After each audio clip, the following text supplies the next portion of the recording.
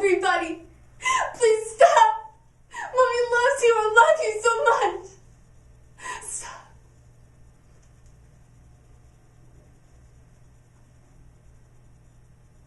These are the cries of a mother while restraining her violent son.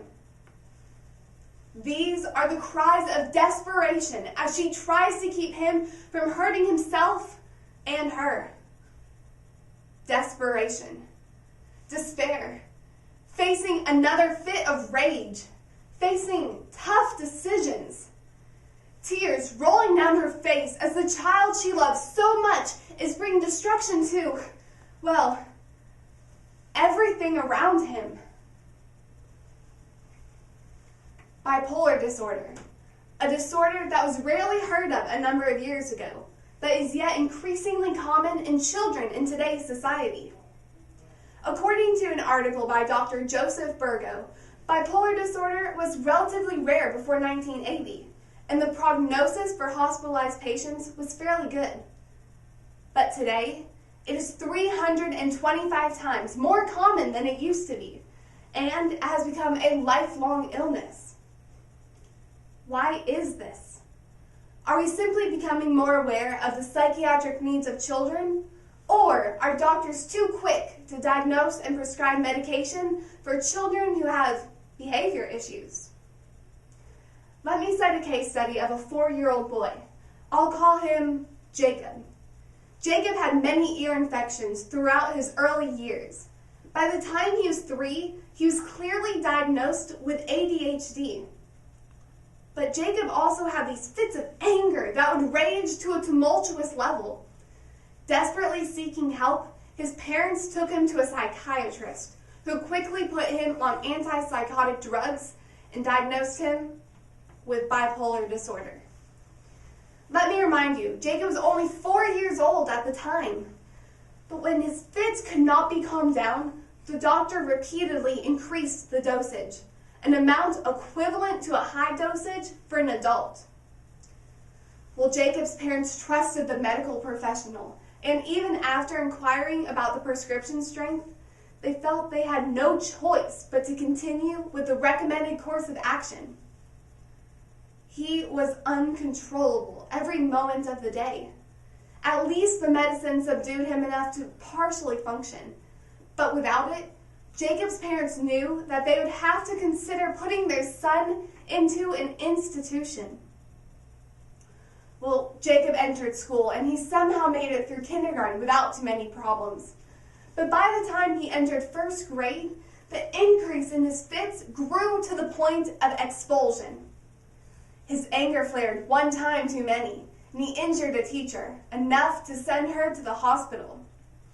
In order to protect the teachers and other students, Jacob was removed from his school district's classroom and placed in what's known as the BAU, Behavior Adjustment Unit. This is where the 10 worst behaved children in the entire district are placed, kindergarten through 4th grade. But Jacob's anger continued even at the BAU, where one day they had to evacuate the classroom due to his destruction. But this case study does have a happy ending. Although Jacob's parents initially accepted the bipolar diagnosis, they kept looking for more answers. When everybody else gave up on little Jacob, his family stood by his side and believed that there was a sweet boy hidden behind all the anger. His parents researched and read every article they could find that remotely pertained to Jacob's symptoms. While reading through an article on the internet one day, they found a nonprofit clinic in Chicago that studies biochemical testing on children who have similar symptoms to Jacob's. Besides testing the blood, this clinic also tests the hair and body's waste materials. Among other things, they found that Jacob had an overgrowth of yeast in his system.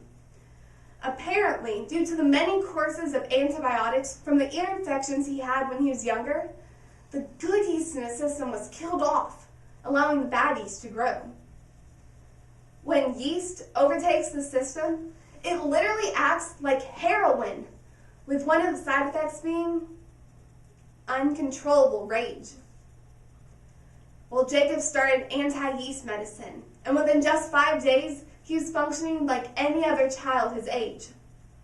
According to a doctor Jacob saw after starting his road to recovery, the initial dosage of bipolar medicine was enough to knock out an elephant. In a WebMD article posted July 1st of last year, Dr. Thomas Schwartz posed the question of who is to blame for incidents just like Jacob's? Should the blame be put on pharmaceutical companies, doctors, or even Jacob's parents? Pharmaceutical companies are pushing their drugs on doctors with increasing demand.